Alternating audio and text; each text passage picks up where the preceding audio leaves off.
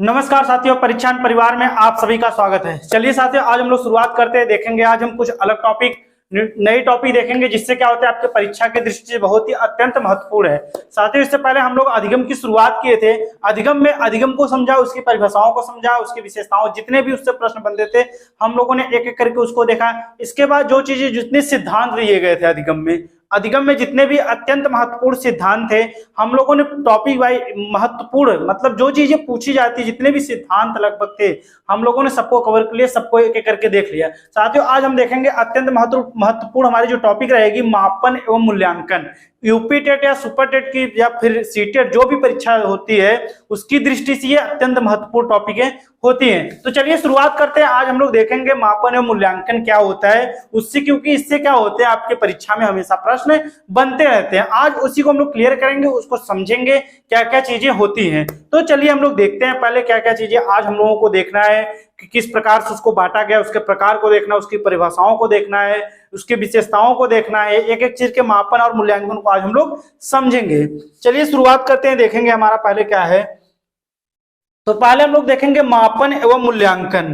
क्या है साथियों हमारा? मापन एवं मूल्यांकन, मेजरमेंट एंड इवेल्युएशन। ठीक है, इसको हम लोग आज क्या करेंगे, समझेंगे क्या होता है ये। ठीक है, तो चलिए सबसे सर्वप्रथम हम लोग क्या देखेंगे, पहले मापन देखेंगे, बाद में मूल्यांकन देखेंगे। तो चलिए शुरुआत करते हैं। मापन होता क्या है, मेजरमेंट होता क्या है? तो मापन वह प्रक्रिया है जिसके द्वारा किसी वस्तु या गुण को अंकात्मक मान दिए जाते हैं या फिर अंक प्रदान किए जाते हैं। यही हमारा क्या होता है, अंक प्रदान करना। ये हमारा क्या कहलाता है, मापन कहलाता है। किसी विषय वस्तु या गुण, जो उसके गुण होते हैं उसको क्या करता है, अंक प्रदान करना, अंकात्मक मान प्रदान करना हमारा क्या कहलाता है, मापन कहलाता है। चलिए हम कुछ परिभाषाओं को देखते हैं। कुछ महत्वपूर्ण विद्वानों द्वारा जो परिभाषाएं मापन के बारे में दी गई है, उनके कथन दिए गए हैं, हम उसको देखते हैं और समझेंगे, क्योंकि इससे भी क्या होता है आपकी परीक्षा की दृष्टि से ये बहुत ही परिभाषाएं जो है वो अत्यंत महत्वपूर्ण होती हैं। पहली परिभाषा स्टीवेंसन की परिभाषा है। मापन के परिप्रेक्ष्य में देखते हैं इन्होंने क्या कहा है। इन्होंने कहा है मापन किन्हीं निश्चित नियमों के अनुसार वस्तुओं को अंक प्रदान करने की प्रक्रिया है। तो स्टीवेंसन ने क्या कहा है कि मापन किन्हीं निश्चित नियमों के अनुसार वस्तुओं को अंक प्रदान करने की ये क्या है, प्रक्रिया है। अगली परिभाषा देखते हैं हम लोग क्या है। दूसरी परिभाषा है मोरडॉक एवं ब्रेडफील्ड की। मोरडॉक एवं ब्रेडफील्ड की परिभाषा इन्होंने क्या कहा है, मापन वह प्रक्रिया है जिसके द्वारा घटना या वस्तु के विभिन्न गुण को चिन्ह या अंक प्रदान किए जा सकते हैं। ये किसने कहा है, तो मोरडॉक एवं किसने कहा है, ब्रेडफील्ड ने कहा है कि मापन वह प्रक्रिया है जिसके द्वारा घटना या वस्तु के विभिन्न गुणों को चिन्ह या अंक प्रदान कर सकते हैं। वही हमारा क्या कहलाता है, मापन कहलाता है। तो ये कुछ महत्वपूर्ण परिभाषाएं। आगे बढ़ते हैं और भी परिभाषाएं देखते हैं। तीसरी परिभाषा देखेंगे हेल्मस्टेडर की। इन्होंने मापन के बारे में क्या कहा है उसको देखते हैं। इन्होंने कहा मापन उस प्रक्रिया के रूप में परिभाषित किया जा सकता है जिसके अंतर किसी व्यक्ति या पदार्थ में निहित विशेषता को आंकिक वर्णन किया जाता है। जो उसकी विशेषता का आंकिक वर्णन अर्थात अंक प्रदान किया जाता है। यह किसने कहा है, तो हेल्मस्टेडर ने कहा है कि मापन उस प्रक्रिया के रूप में परिभाषित किया जाता है जिसके अंतर्गत किसी व्यक्ति या पदार्थ में निहित विशेषता का आंकिक वर्णन किया जाता है। देखते हैं अगली परिभाषा है E.A. पिल की परिभाषा। ये इन्होंने क्या कहा है कि मापन का उद्देश्य व्यक्ति को एक संतुलित व्यक्तित्व प्रदान करना है। E.A. पिल ने क्या कहा है कि मापन का उद्देश्य व्यक्ति को एक संतुलित व्यक्तित्व प्रदान करना है ताकि वह समाज द्वारा दिए गए उत्तरदायित्वों का बखूबी पालन कर सके। ये किसकी परिभाषा है, E.A. पिल की परिभाषा है। मापन को हम लोगों ने देख लिया साथियों, किसी विषय वस्तु को क्या होता है, अंक प्रदान करना हमारा मापन कहलाता है। इसके बाद जो अत्यंत महत्वपूर्ण परिभाषाएं थी, जो कुछ विद्वानों ने जो मत प्रस्तुत किए थे, हम लोगों ने उसको भी एक एक करके देख लिया। चलिए आगे देखते हैं मापन के बारे में कुछ और भी चीजें देखते हैं। देखेंगे क्या साथियों, मापन के चरों का विभाजन देखेंगे हम लोग। मापन के चरों का विभाजन किस प्रकार से किया गया है हम उसको देखते हैं, क्योंकि ये भी क्या होता है परीक्षा की दृष्टि से बहुत महत्वपूर्ण होता है। मापन के चर ये पूछे जाते हैं। तो चलिए इसको हम लोग देखते हैं और समझते हैं। मापन के, तो देखते हैं मापन के चरों को दो भागों में बांटा जा गया है। मापन के चरों कितने भागों में बांटा गया है, तो दो भागों में बांटा गया है। पहला देखते हैं हमारा गुणात्मक चर और दूसरा होता है मात्रात्मक चर। तो पहले हम लोग क्या करेंगे, गुणात्मक चर पूछेगा साथियों। मापन के चरों का विभाजन कितने भागों में किया जाता है, तो 2 भागों में किया जाता है। पहला होता है मात्रात्मक चर, दूसरा होता है गुणात्मक चर। तो चलिए मात्रात्मक चर को समझते हैं। ऐसे चर जिनका मापन तो होता है लेकिन मापन की कोई इकाई नहीं होती है, जैसे बुद्धि और व्यक्तित्व। इसको समझिए साथियों, इसमें कहा गया है कि ऐसे चर जिनका मापन तो होता है लेकिन मापन की कोई इकाई नहीं होती, कोई यूनिट नहीं होती है, जैसे हम क्या करते हैं, बुद्धि और व्यक्तित्व इसके अंतर्गत, गुणात्मक के अंतर्गत आते हैं। इसके बाद दूसरा हमारा दिया है मात्रात्मक चर क्या होता है। मात्रात्मक चर को हम लोग देखते हैं, ऐसे चर जिनके मापन की इकाई होती है। ऐसे चर जिनके मापन की इकाई होती है वो हमारा क्या कहलाता है, तो मात्रात्मक चर कहलाता है। जैसे लंबाई होती है, चौड़ाई होती है और वजन, ये सब क्या होते हैं, मात्रात्मक चर के अंतर्गत आते हैं। तो हम लोगों ने देख लिया मात्रात्मक चर का विभाजन। पहला देखा मात्रात्मक चर को 2 भागों में बांटा गया है, मापन को तो गुणात्मक चर और मात्रात्मक चर। अब आगे देखेंगे हम फिर मात्रात्मक चर को भी 2 भागों में बांटा गया है। मात्रात्मक चरों को भी 2 भागों में बांटा गया है। एक होता है सतत चर, एक होता है असतत चर। तो चलिए मात्रात्मक चर को पूछेगा परीक्षा में, 2 भागों में बांटा जाता है, सतत और असतत। सतत मतलब देखते हैं इसको क्या होता है, इन चरों का मापन दशमलव में भी हो सकता है। इन चरों का मापन क्या होता है, दशमलव में भी हो सकता है। जैसे लंबाई, चौड़ाई इत्यादि क्या होता है, सब निकाले जा सकते हैं। अगला दिया है असतत चर। इसमें क्या होता है, इन चरों को सिर्फ पूर्णांकों में व्यक्त करते हैं। जो हमारा असतत चर होता है इनको क्या करते हैं साथियों, पूर्णांकों में ही व्यक्त करते हैं। जैसे दिया कक्षा के छात्रों की संख्या या परिवार के सदस्यों की संख्या, ये क्या होते हैं, असतत चर के अंतर्गत आते हैं। तो हम लोगों ने देख लिया मापन के चर, मापन के 2 चर होते हैं, मात्रात्मक चर, गुणात्मक चर। इसके बाद क्या होता है, मात्रात्मक चर भी 2 प्रकार के होते हैं, एक होता है सतत चर, एक होता है असतत चर। तो इसको हम लोगों ने क्लियर कर लिया। चलिए बढ़ते हैं, कुछ और भी चीजें आगे देखते हैं। देखेंगे साथियों मापन के तत्व। मापन के तत्व कौन कौन से होते हैं हम उसको देखते हैं।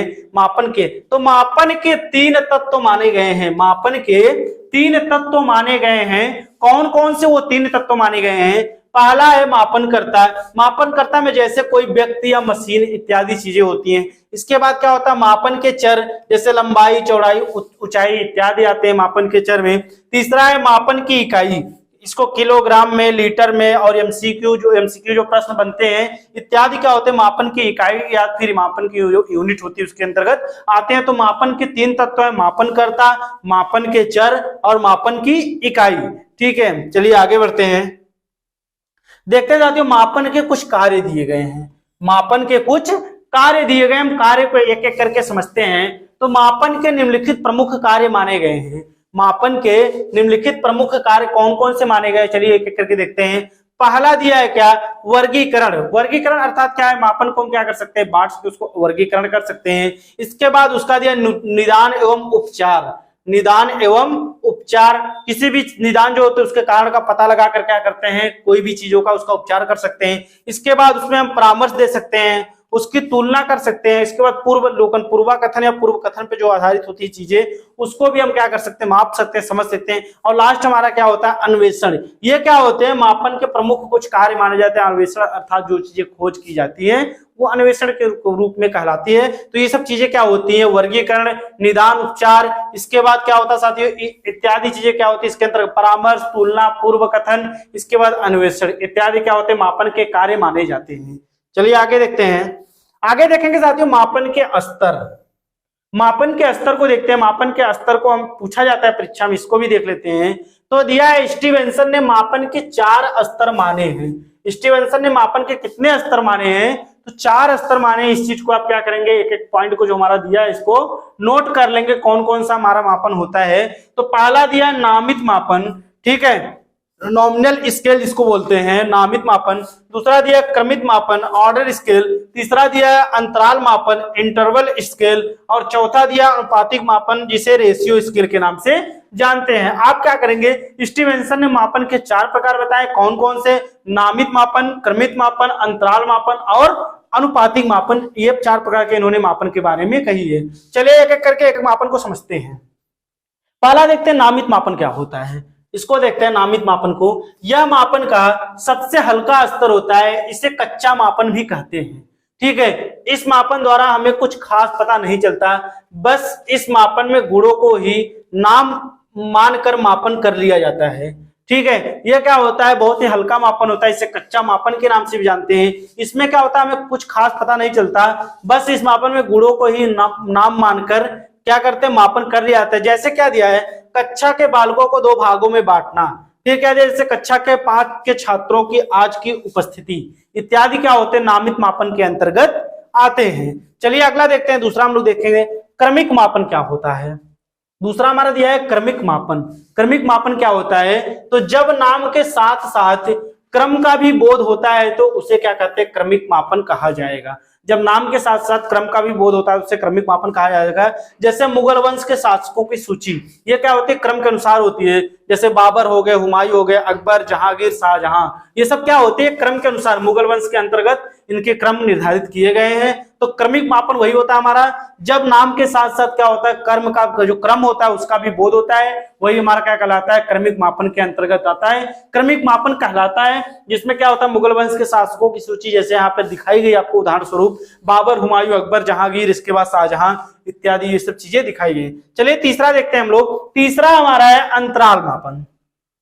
तीसरा समझेंगे क्या होता है, अंतराल मापन क्या होता है, कि जब मापन में नाम क्रम के अलावा अंतराल के मापन किया गया हो तो उसे अंतराल मापन कहा जाता है। जैसे भारत में 10 वर्ष बाद होने वाली जनगणना, ये क्या है, अंतराल, अंतराल तथा अंतर के अनुसार दी जाती है। तो अंतराल के अनुसार ये क्या होती चलती है, भारत में जनगणना, 10 वर्ष बाद होने वाली जनगणना, ये सब क्या होती है, हमारे अंतराल मापन के अंतर्गत आती है।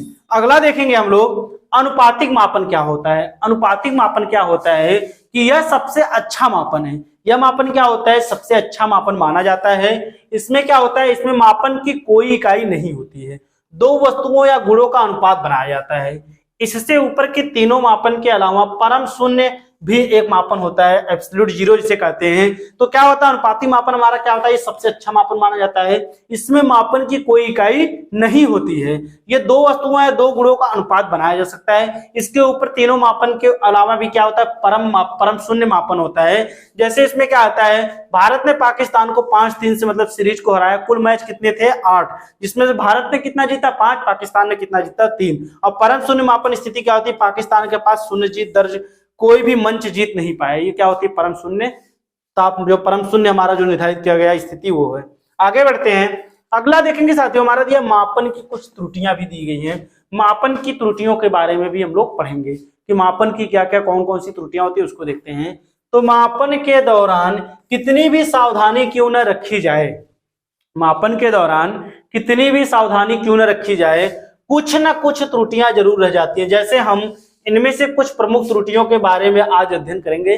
चलिए उसको देखते हैं, कैसे क्या क्या चीजें होती हैं उसको देखते हैं कि मापन में कुछ मापन की त्रुटि, मापन में क्या होता है, अगर हम कुछ भी कर रहे हैं कितनी भी सावधानी से क्यों ना मापन करें, कुछ ना कुछ त्रुटियां उसमें क्या होती हैं, रह जाती हैं। जिसमें पहला दिया आकस्मिक त्रुटि। जो आकस्मिक त्रुटि मतलब त्रुटि का होती है, अकस्मात होती है, अचानक होती है। फिर दिया है सार्वभौमिक त्रुटि, सभी प्रकार से होती है। व्यक्तिगत भी त्रुटि होती है, आंकड़ों संबंधित त्रुटि भी होती है। ये त्रुटियों के प्रकार के अंतर्गत आते हैं। किस प्रकार से उनको जानेंगे, आकस्मिक त्रुटि, सार्वजनिक सार्वभौमिक त्रुटि, व्यक्तिगत त्रुटि और हमारा दिया आंकड़ों संबंधित त्रुटि।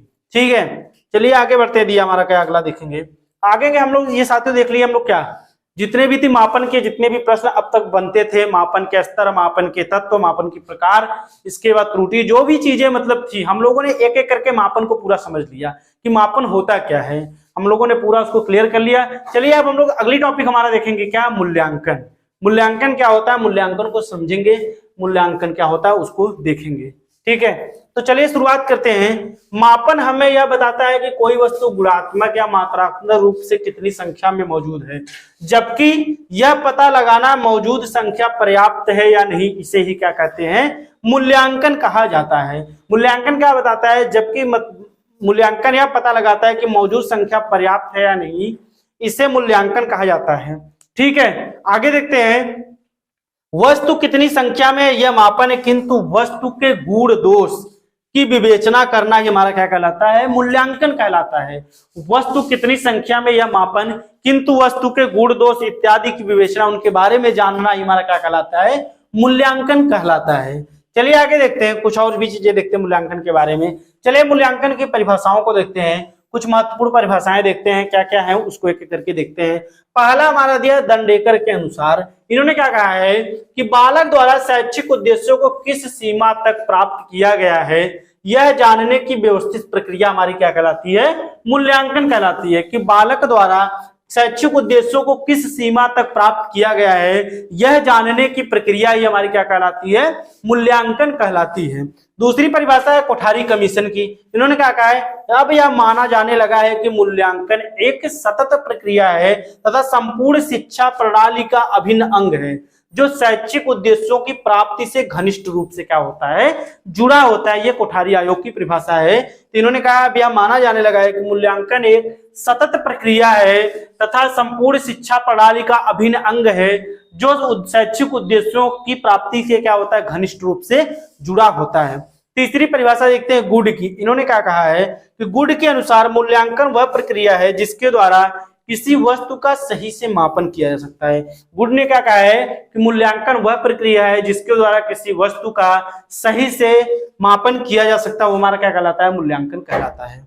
आगे बढ़ते हैं, आगे देखेंगे चौथी परिभाषा हमारी एनसीईआरटी के, तो इसमें इन्होंने क्या कहा है, मूल्यांकन एक ऐसी प्रक्रिया है, मूल्यांकन एक ऐसी प्रक्रिया है जिसके द्वारा हमें यह ज्ञात होता है कि उद्देश्यों की प्राप्ति किस सीमा तक हुई है तथा अधिगम अनुभव किस हद तक पहुंचाया गया तथा शैक्षिक उद्देश्यों की प्राप्ति कहां तक हुई है, हमारा क्या कहलाता है, एनसीईआरटी की परिभाषा इसमें इन्होंने कही है कि मूल्यांकन एक ऐसी प्रक्रिया है कि जिसके द्वारा हमें यह ज्ञात होता है कि जो उद्देश्यों की प्राप्ति किस सीमा तक हुई है तथा अधिगम अनुभव किस हद तक उसके पास पहुंचाया गया तथा शैक्षिक उद्देश्यों की प्राप्ति कहां तक हुई है। आगे देखते हैं, अगली परिभाषा है क्यूनिन एवं हन्ना की। क्यूनिन एवं हन्ना की, इन्होंने क्या कहा है कि छात्रों के व्यवहार में विद्यालय द्वारा लाए गए परिवर्तन से जुड़े आंकड़ों का संकलन एवं उनकी व्याख्या ही क्या कहलाती है, मूल्यांकन कहलाती है। इन्होंने क्या कहा है, क्यूनिन एवं हन्ना ने क्या कहा है, इन्होंने कहा है साथियों के छात्रों के व्यवहार में विद्यालय द्वारा लाए गए परिवर्तन से जुड़े आंकड़ों का संकलन एवं उनकी व्याख्या ही क्या कहलाती है, हमारी मूल्यांकन कहलाती है। चलिए हम लोगों ने परिभाषा मूल्यांकन की देख लिया, कौन कौन सी परिभाषा क्या क्या चीजें इसमें थी, एक एक करके सबको हम लोगों ने देख लिया। आगे बढ़ते हैं, आगे देखेंगे मूल्यांकन के उद्देश्य। मूल्यांकन के कौन कौन से उद्देश्य होते हैं, हम एक एक करके उसको देखेंगे। तो पहला दिया है निदान एवं उपचार, दूसरा दिया है उसमें क्या होता है, ज्ञान का विकास होता है, तीसरा दिया है प्रमाण पत्र प्रदान करना, मूल्यांकन में क्या होता है, प्रमाण पत्र प्रदान किया जाता है, फिर पाठ्यक्रम में सुधार किया जाता है, चयन किया जाता है, वर्गीकरण किया जाता है, इसके बाद निर्देशन दिया है, फिर मानकों का निर्धारण, इसके बाद अधिगम के लिए क्या होता है, जो उनकी प्रेरणा होती है उसको दिखाया गया है। ये मूल्यांकन के उद्देश्य के अंतर्गत आते हैं। आगे बढ़ते हैं, आगे देखेंगे मूल्यांकन के क्षेत्र। मूल्यांकन के क्षेत्र, इसमें 4 क्षेत्र आते हैं साथियों, शिक्षण, प्रशासन, निर्देशन, परामर्श और भविष्य कथन। तो शिक्षण में कौन कौन से आते हैं, क्या क्या आते हैं उसको देखते हैं। जैसे आता है क्या, पाठ्य आ गया शिक्षण में, प्रशासन में शैक्षिक नीति, इसके बाद व्यवसाय चयन, भविष्य में क्या हो सकता है इसका अनुमान लगाना, फिर शिक्षण विधि आती है, शिक्षण प्रक्रिया आती है और शिक्षक शिक्षार्थी। इसमें शैक्षिक नीति, चयन परीक्षण, वर्गीकरण, प्रमाण पत्रों का वितरण, ये प्रशासन में आएगा। निर्देशन परामर्श में व्यवसाय चयन हेतु क्षमता उपयोग हेतु सही करियर निर्माण हेतु, और भविष्य में क्या हो सकता है इसका अनुमान लगाना किसमें आएगा, भविष्य कथन में आएगा। ये मूल्यांकन के क्षेत्र हैं, शिक्षण, प्रशासन, निर्देशन एवं परामर्श, भविष्य कथन, ये सब चीजें क्या है, मूल्यांकन के क्षेत्र के अंतर्गत आते हैं। तो इसमें 4 क्षेत्र माने जाते हैं, इस चीज को आप नोट कर लेंगे। आगे बढ़ते हैं, देखेंगे एक अच्छे परीक्षण की क्या क्या विशेषताएं होती हैं। एक अच्छे परीक्षण की क्या क्या विशेषताएं होती है उसको देख लेते हैं, कौन कौन सी विशेषताएं निर्धारित की गई हैं। तो पहला हमारा दिया क्या, वैधता, वैलिडिटी जिसको कहते हैं। एक अच्छे परीक्षण की क्या विशेषताएं हैं, उसमें हमारा पहला दिया है वैधता, जिसे वैलिडिटी कहते हैं। उसी उद्देश्य को पूरा करना जिसके लिए बनाया गया हो, उसी उद्देश्य को पूरा करना जिसके लिए बनाया गया, हमारा क्या कहलाता है, वैधता कहलाता है। दूसरा हमारा दिया विश्वसनीयता, ठीक है, समान परिस्थितियों में समान परिणाम। विश्वसनीय क्या होता है, जब समान परिस्थिति में समान परिणाम अगर आएगा तो क्या रहेगा, अत्यधिक विश्वसनीय होगा, विश्वसनीयता। तीसरा दिया है व्यापकता, इस सभी पक्षों का मूल्यांकन। व्यापक मतलब क्या होता है, व्यापक कोई भी चीज क्या होता है, बड़ी होती है, तो सभी पक्षों का जब मूल्यांकन करते हैं वो हमारा क्या होता है, व्यापकता कहलाता है।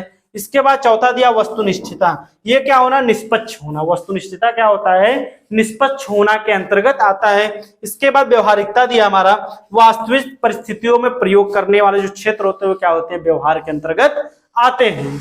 चलिए आगे बढ़ते हैं, हम और भी चीजों कुछ देखेंगे, समझेंगे उसको। तो अब देखेंगे साथियों मूल्यांकन के प्रकार।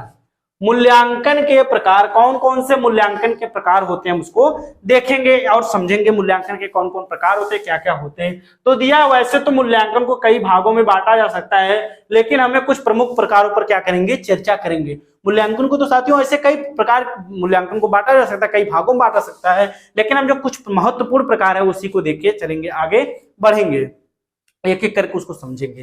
पहला दिया अवधि के आधार पर। अवधि के आधार पर मूल्यांकन प्रकार इस पे दिया है, अवधि के आधार पर किया गया मूल्यांकन। विद्वानों में अवधि के आधार पर दो प्रकार के मूल्यांकन माने गए हैं। इसमें क्या बताया साथियों कि अवधि के आधार पर किया गया मूल्यांकन, तो इसमें विद्वानों ने अवधि के आधार पर दो प्रकार के मूल्यांकन माने हैं। पहला दिया योगात्मक मूल्यांकन, दूसरा दिया है रचनात्मक मूल्यांकन। बहुत इंपॉर्टेंट है योगात्मक और रचनात्मक, इसको आप क्या करेंगे, समझ लेंगे। रचनात्मक देखेंगे इसमें योगात्मक और हमारा दूसरा क्या है, रचनात्मक मूल्यांकन। पहला हमारा योगात्मक हो गया, दूसरा हमारा रचनात्मक मूल्यांकन के अंतर्गत किसने बांटा है, तो ये बांटा है क्या, अवधि के अनुसार। चलिए आगे बढ़ते एक एक करके समझेंगे योगात्मक क्या होता है। तो देखते हैं योगात्मक मूल्यांकन, समेटिव इवैल्यूएशन क्या होता है, समेटिव इवैल्यूएशन उसको देखते हैं। इसमें योगात्मक में समझेंगे क्या, योगात्मक मूल्यांकन से हमारा तात्पर्य वर्ष के अंत में ली गई किसी शैक्षिक सत्र के अंत में किया गया मूल्यांकन होता है। साधारणतः इसमें संपूर्ण विषय वस्तु शामिल होती है, अर्थात यह एक व्यापक मूल्यांकन होता है जहां वस्तु के सभी भागों से प्रश्न पूछने की उम्मीद की जाती है। तो ये क्या होता है साथियों, योगात्मक मूल्यांकन के अंतर्गत आता है। हम उसको एक बार फिर देखते हैं। योगात्मक मूल्यांकन से हमारा तात्पर्य वर्ष के अंत में ली गई किसी शैक्षिक सत्र के अंत में किया गया मूल्यांकन से होता है। साधारणतः इसमें संपूर्ण विषय वस्तु शामिल होती है, अर्थात यह एक क्या होता है, व्यापक मूल्यांकन होता है जहां वस्तु के सभी भागों से उसके सभी प्रश्न पूछने की उम्मीद की जाती है। जैसे कक्षा 8 के अंत में होने वाली वार्षिक परीक्षा, ये क्या होती है, कक्षा 8 के अंत में होने वाली वार्षिक परीक्षा किसके अंतर्गत आती है, तो योगात्मक मूल्यांकन के अंतर्गत आती है। दूसरा देखते हैं, दूसरा दिया है रचना ध्रुवतात्मक या रचनात्मक मूल्यांकन, इसको कहते हैं। फॉर्मेटिव इवैल्यूएशन क्या होता है, इसको देखते हैं। इस प्रकार के मूल्यांकन का उद्देश्य विद्यार्थियों को पास या फेल करना नहीं अपितु सुधार करना। यह मूल्यांकन सीखने के दौरान ही किया जाता है, अर्थात इस प्रकार के मूल्यांकन में अधिगम एवं मूल्यांकन का साथ साथ चलते रहते हैं।